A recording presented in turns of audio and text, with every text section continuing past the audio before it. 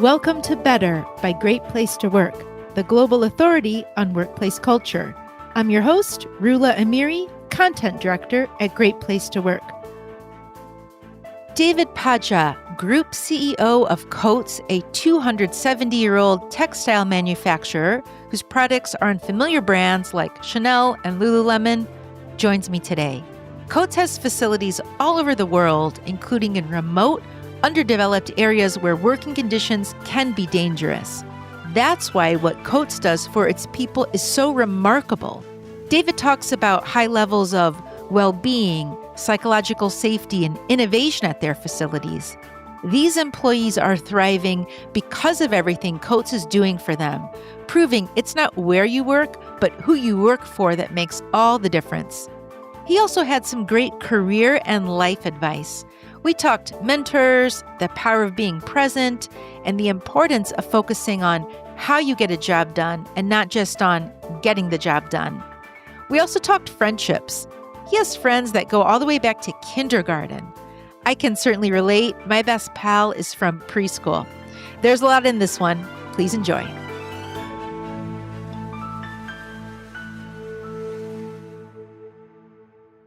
David, welcome to the podcast. Well, thank you for having me here.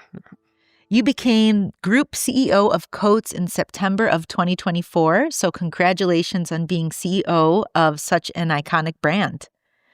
Coats is 270 years old. You're in many familiar brands like Lululemon, Nike, Adidas, Chanel handbags. I'm probably wearing Coats right now. Well, I don't have a Chanel handbag, but I do have this bag made of Coats threading. So Coats is a manufacturing company of textiles for apparel, footwear, and performance materials. You're in 55 countries across the globe, and some of those facilities are in remote, underdeveloped communities where the pay is low and the working conditions can be dangerous. They're generally not workplaces where innovation and well-being thrive, but they are for Coats workers. And this is a very good thing. Levels of psychological and emotional health and work-life balance are really high. Since you joined the company, you've been to many Coats locations, including some in these more remote locations. Was there anything that stuck out to you that you saw or heard that was particularly memorable, especially being your first time going to some of these facilities? I would say a surprising thing is wherever you go, people receive you with a smile, which is a big thing to say because, like you mentioned, we have about 20,000 employees around the world, and many of those in remote areas, like you said, developing areas. And seeing the engagement, the feeling of belonging to the company, the alignment to the company, purpose and strategic direction is probably the most remarkable thing. Mm-hmm. The company has always been very people-centered since its creation, foundation, 250 years ago. But you can see it in many ways. You see that in the way when you enter one of these factories, which tend to be very large factories, some of them with 1,000 employees, some people think textile and they think kind of sweatshop somewhere lost in the middle of nowhere. Well, actually, you enter into a world-class facilities where cleanliness, a lot of equipment and automated machineries. You have a lot of focus on health and safety. So that's the first thing in the way we approach people. We want to make sure that our first priority is to keep them safe every day. Very high focus on personal protection equipment, safety rules, safety standards, and that's a big priority, you sense. You also see a few things that are quite remarkable, which is about how you care about people also in a different way. You care about their families and their development. A good example is we're trying to attract more female into our workforce, not only at the factory level, but also in leadership level. We've made great progress in the past few years. And one of the things that struck me the most is in a couple of our sites, one was in Turkey, the other one in India, we actually have childcare on site. So we have literally nurseries on site for women that work for us, and they have their kids and they can bring them along every morning. And while they work, the kids are taken care of. And these are not facilities that you look at them and you're saying, well, these are facilities for factory workers.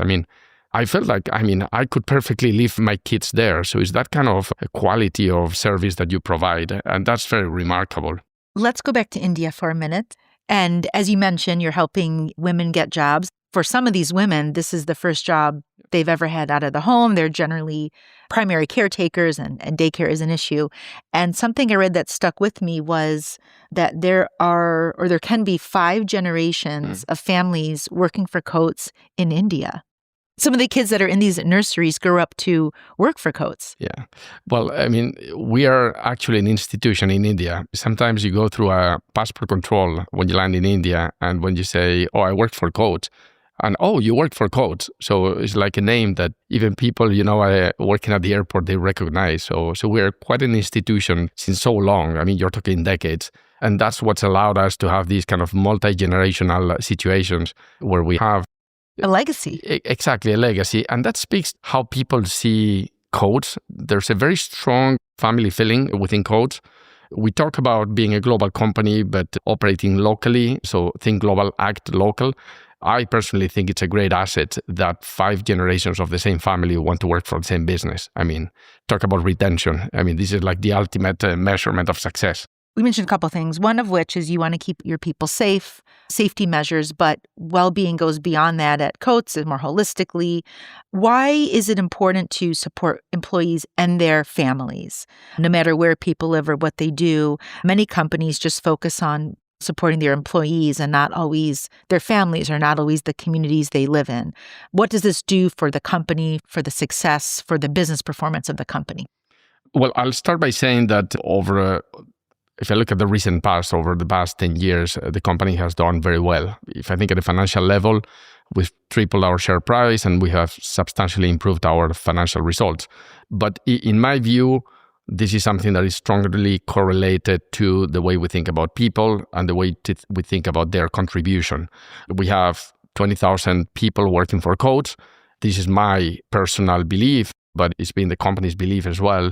Every single person makes a difference. The trick in becoming a great company is making sure that we get the most out of every single individual in terms of what they can contribute and how much they can grow for themselves. So it goes both ways. It's not only what they do for the company, it's what the company does for them. What we've done in the last few years is build out of extraordinary best practices locally. We built global programs, and we've taken some of those practices that were local for a long time, we've taken them globally.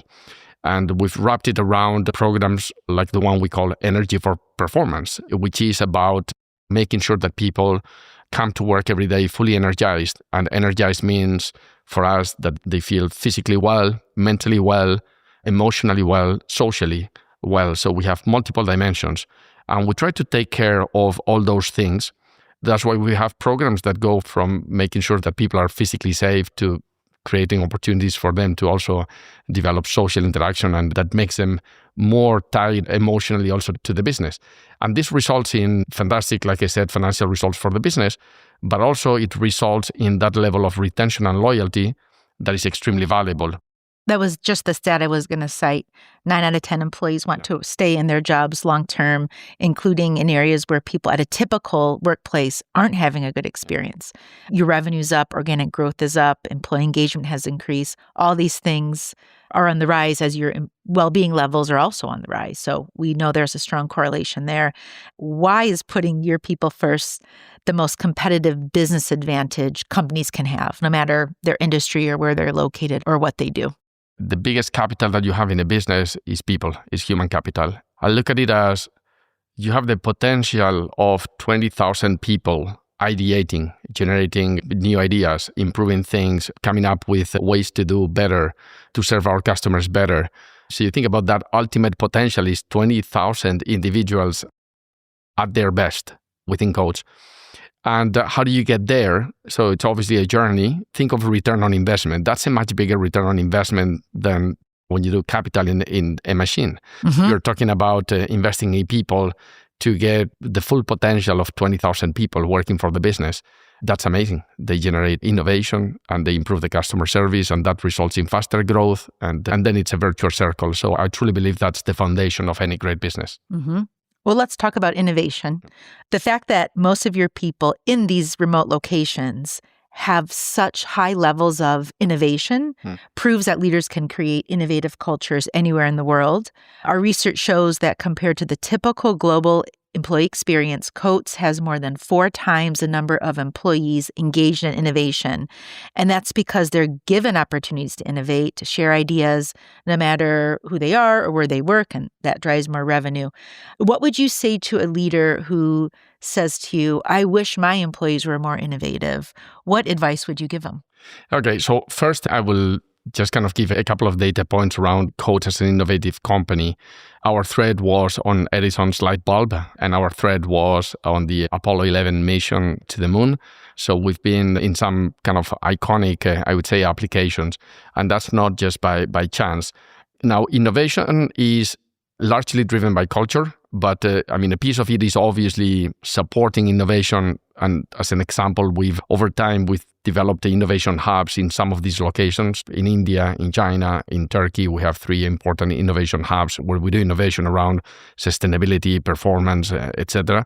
So part of it is investment, but a big part of it is how people develop a culture where they are not afraid of trying, even if they fail, where they feel comfortable taking risks, where they feel that what they say is going to be listened to, and that good ideas, wherever they come from, are going to be taken and developed. I think you've given the stat, right? 4 times, people at Coates feel 4 times more supported in terms of creating new ideas than in the average company.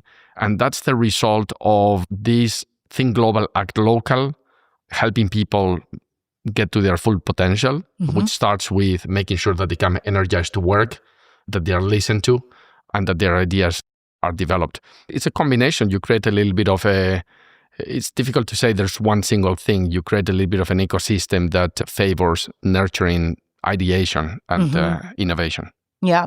So I think one of the takeaways I just heard is, to an executive that says, I want my employees, I wish they were as innovative as yours, for instance, David, you're saying you would encourage them to listen to them. Almost 90% of your people say management seeks and responds to employee ideas compared to just 54% at an average company. So I think those numbers are benchmarks to why and how listening makes a difference. People feel heard. They can voice a suggestion that's going to lead to great innovation. Exactly. So I think you've said it right. And it's how we recognize also leaders and leadership styles and how we basically support that in a way, that feeling of entrepreneurship, and that we want to encourage locally and not making sure that people are not afraid of trying. It's part of our culture, but it's something we want to happen very, very locally, because at the end of the day, we want people to feel like they can develop all their ideas. And that gives them pride and purpose in what they do and where they live. Exactly. That's a huge thing for them. If you think of, you take care of them, that's the first thing. You make sure that they come to work energized. And second, you help them develop their ideas. Then that builds into that kind of trust in management, pride in the company. And when you put trust and pride together, then great things happen. People really are excited to come to work every day. And then 5 generations later, they're doing that.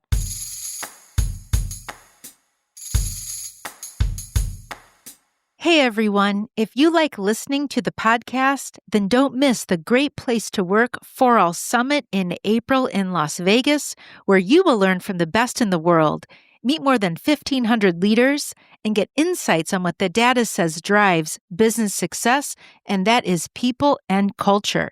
I promise you'll leave inspired and ready to transform your workplace. Use the code BETTER to save 20% off registration. Link and code are in the bio. Don't miss out, and I'll see you there.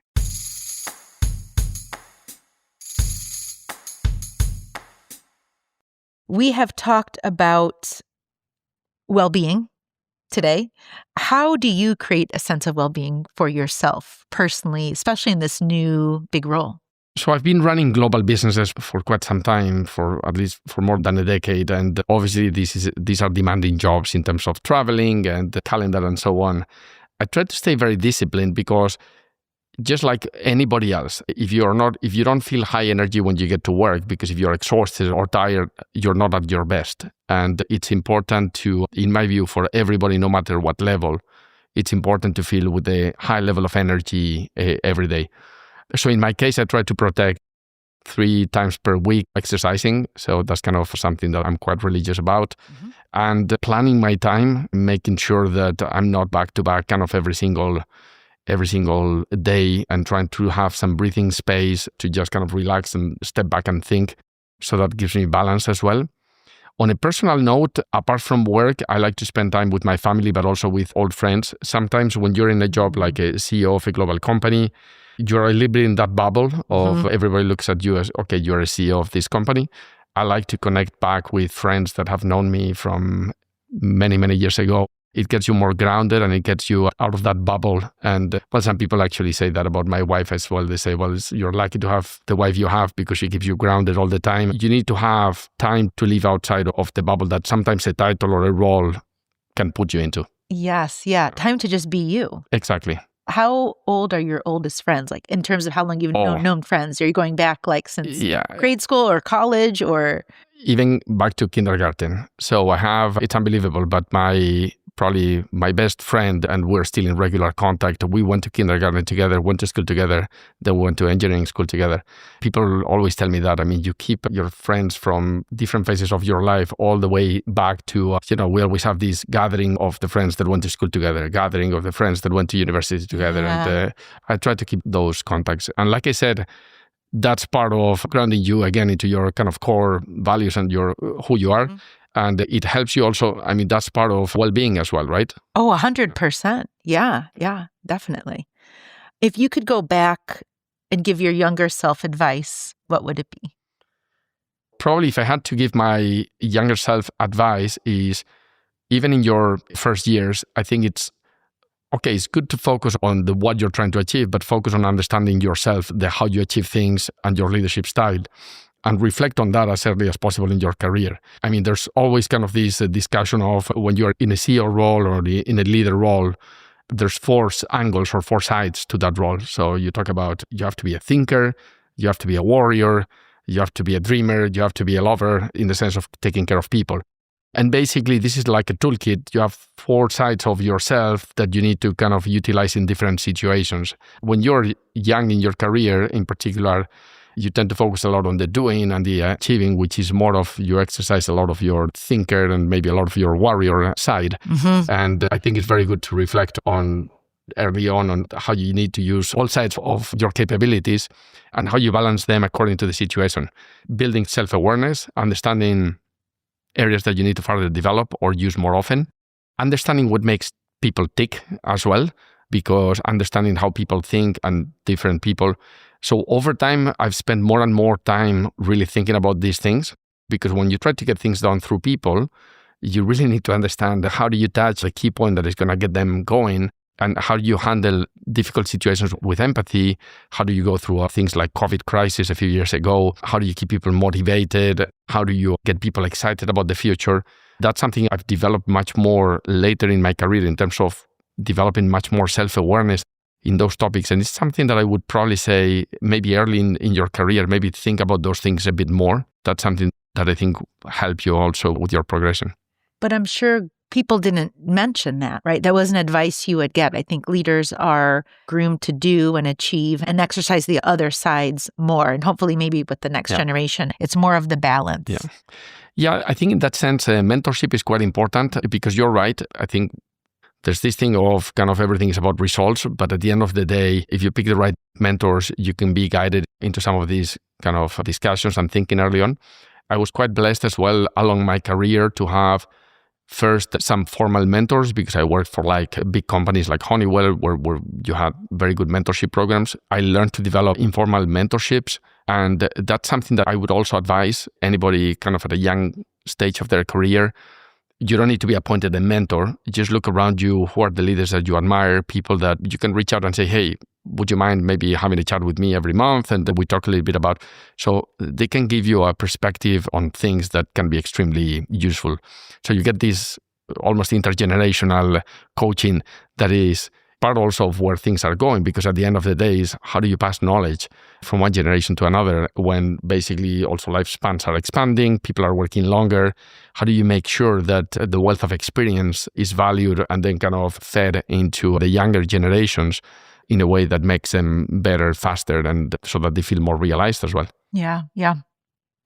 What did you want to be when you grew up? Like, did you have a dream job or a dream career? So we always joke about that, because one of my closest friends. I was actually with him on this last weekend, but we went together to high school. He was still joking about that. He said, well, 25 years ago, you said, oh, I'm fine with the job I have. I'm a manager, whatever. I really love my job. Then you were promoted into like a VP job. And you said, I'm fine as a VP and I'm perfectly fine. I'm going to stay here. And then you were promoted to a president job. And then from there to a CEO job. I was always enjoying every single thing I did. I never had this kind of view of, okay, this is a step to get to a goal that is, what do you want to be in 10 years? Or how far do you want to get in your career? I think it was Satya Nadella who mentioned that don't wait for your next job to do your best work, which is, I think, a very good way to look at it, because you need to focus on doing your best at what you're doing today. Mm-hmm. And when you do that, then opportunities happen. And I've always been very focused on, enjoying deeply what I'm doing and doing it the best that I can. That led into new opportunities, and it led into CEO level jobs that, quite frankly, when I was younger, it was not on my aspiration list. Mm-hmm. It came maybe as a consequence of doing things in a certain way and jumping into opportunities and enjoying the challenges and taking chances and doing well, right? Performing. But it was not kind of by design that I was always dreaming of getting to that level. Mm-hmm. Yeah. You've taken it. When I asked that question of what advice would you give your younger self, other guests have said things that you have practiced, which is be present, enjoy where you are, don't look ahead, be curious, take risks. And that certainly has paid off for you. Probably the one that I would say, and that has paid out for me, that also applies to family time. Sometimes when you're young, you're with family as you're thinking about work. So this kind of be here now principle, which is, you may not have as much time as you would like with your family when you're, in certain phases of your career, but whatever time you have, it has to be quality time. So don't have your mind thinking about work when you are with them. So this be here now. I actually have kind of a tag on my desk that says be here now, so that when I'm home, then kind of it reminds me, okay, it's family time, so don't get distracted. Mm-hmm. Yeah. Is there a book or a podcast you would recommend to your peers? There's a book that I read recently, and it's a classic. Team of Rivals is the one on Abraham Lincoln, and it's from Doris Goodwin. What I liked about that book, it's pretty thick and long, but it's the leadership style. How do you build a team, a high-performance team with your rivals to the job that you're in? How do you bring them into your team? How do you manage that team with low ego approach, with an incredible level of emotional intelligence through incredibly challenging times, in particular the Civil War, right? The American Civil War. It's amazing to see that exceptional leadership style. So that's a book that really impressed me. Then, like I mentioned before, I loved reading things about the brain, around artificial intelligence, just to be contemporary. Mm-hmm. There's a book that also I enjoyed a lot called 1,000 Brains. I think the author is Jeff Hawkins, I believe that's the author. That's a really interesting book about, in the last few years, there's incredible progress in understanding how the brain works, which has a lot of implications to our future in everything. I'm just passionate about that. I think that curiosity of learning and reading about different things is quite fascinating. Yeah. So I encourage everybody to read. Yeah, that's a great tip. Thank you for all your tips and your insights, David. It was a pleasure to have you on. Well, thank you so much for the invitation. It's been a pleasure to be a part of this. Thanks for listening. If you enjoyed today's podcast, please leave a 5-star rating, write a review, and subscribe so you don't miss an episode. You can stream this and previous episodes wherever podcasts are available.